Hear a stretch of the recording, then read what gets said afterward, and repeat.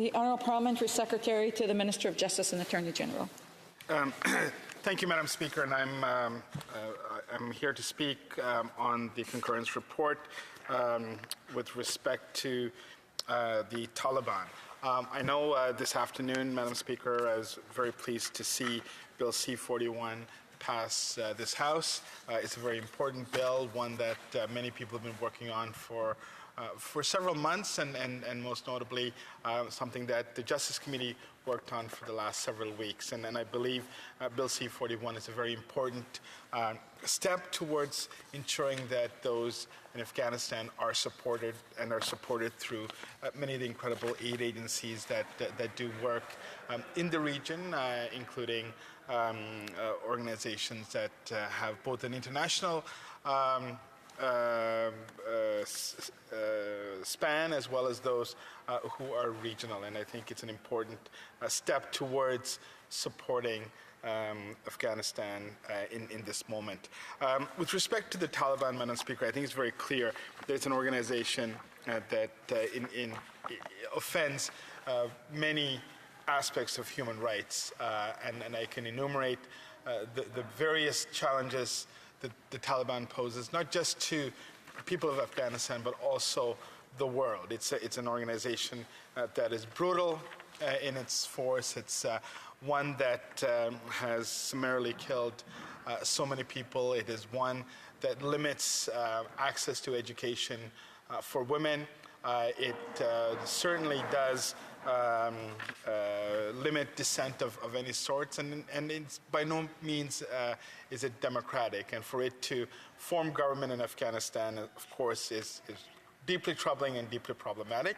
And of course, it goes back to historical reasons why the Taliban are there today, and in part is because the West just left overnight, and one that I think history will judge as a failure of the Western world. And in many ways, we can go back to history and say that the region, Afghanistan itself, is one that's been impacted by colonialism over the centuries, and in the last 50 or 60 years, it's been impacted by the Cold War.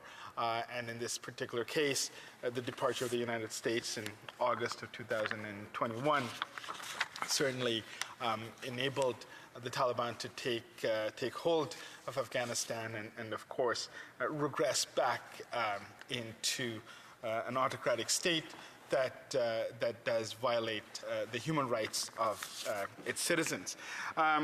Canada's response, it's fair to say, has been quite challenging. I mean, in part because of the complexity of the governance structure in Afghanistan. It did limit our ability to bring people out. But over time, I'm very pleased to see that the number of those who have been resettled in Canada is in excess of 35,000. I think it's a remarkable number, given that this is probably the second highest number of resettlements we've ever done.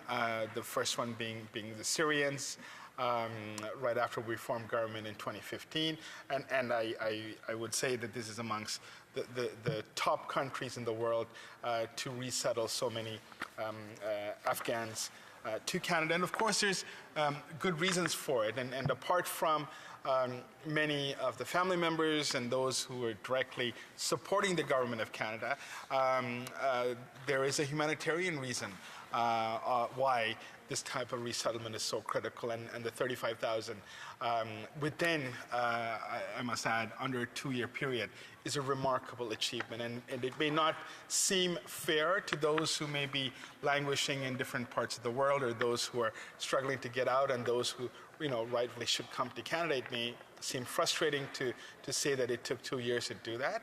I can give you some examples. Like this morning, I had a call with my office. This morning we do a monthly, weekly meeting, 9 a.m. every Monday, to talk about the casework. One of the cases that was approved today was a group of 5 resettlement of a Tamil refugee who was in India for the last 13 years, and this application process took 13 years to process. That is the nature of in many cases, of the resettlement process. Although Canada is the #1 resettlement country in the world for refugees, notwithstanding that, it was a 13-year process, and you can understand how difficult it is for those people like that to be able to resettle, especially those who are fleeing conflict. So while the 2-year mark may seem long, it is in the broader sense. It is something I think that is important for Canada, and it's important for our government to have achieved. And there's no doubt that we will achieve the 40,000 mark as set out by the Minister of Immigration, as he enumerated a number of different times. And we've seen people who have come to our airports. We've seen a plane full of Afghan refugees who have come here, who are settled. In fact, I've met many over the last 2 years.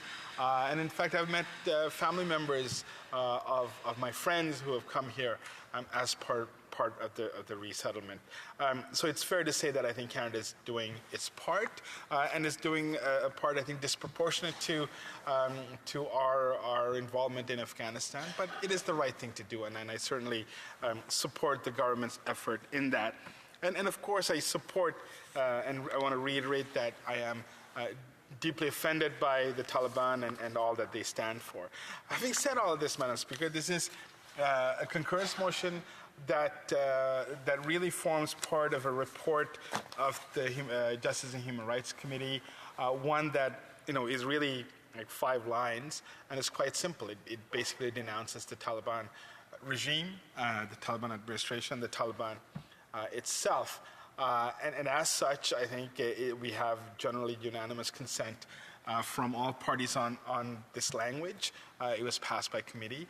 I certainly hope that it doesn't take us a full 4 hours to have this debate here. What I would suggest at this point, Madam Speaker, is that we go on to what was in our order paper. It was to debate Bill C-40, and if I may, I just want to highlight why it's so important that Bill C-40 is debated and is passed.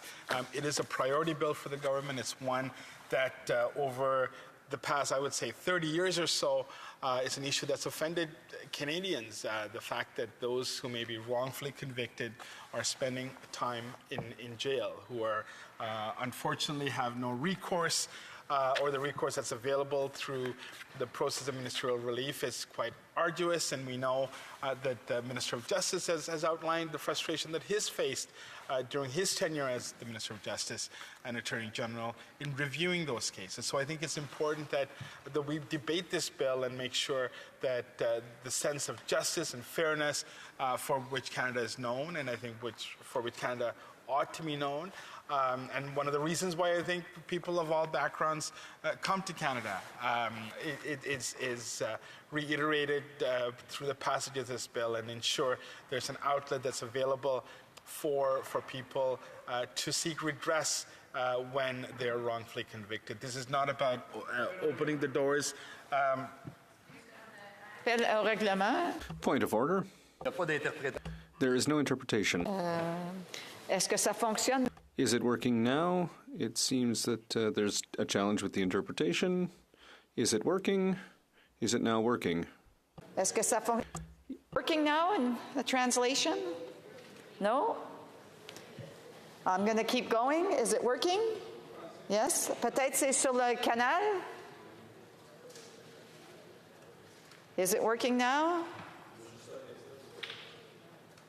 No? Is it working down there? It's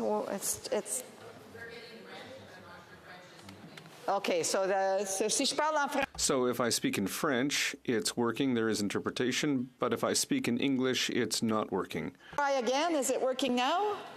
Yes. Okay. Bon, l'honorable secrétaire. The Honourable Parliamentary Secretary. A minute and 27 seconds. So Madam Speaker, let me just conclude by saying that Bill C-40 is quite important for this House to debate. I know the Minister of Justice and Attorney General started a debate today.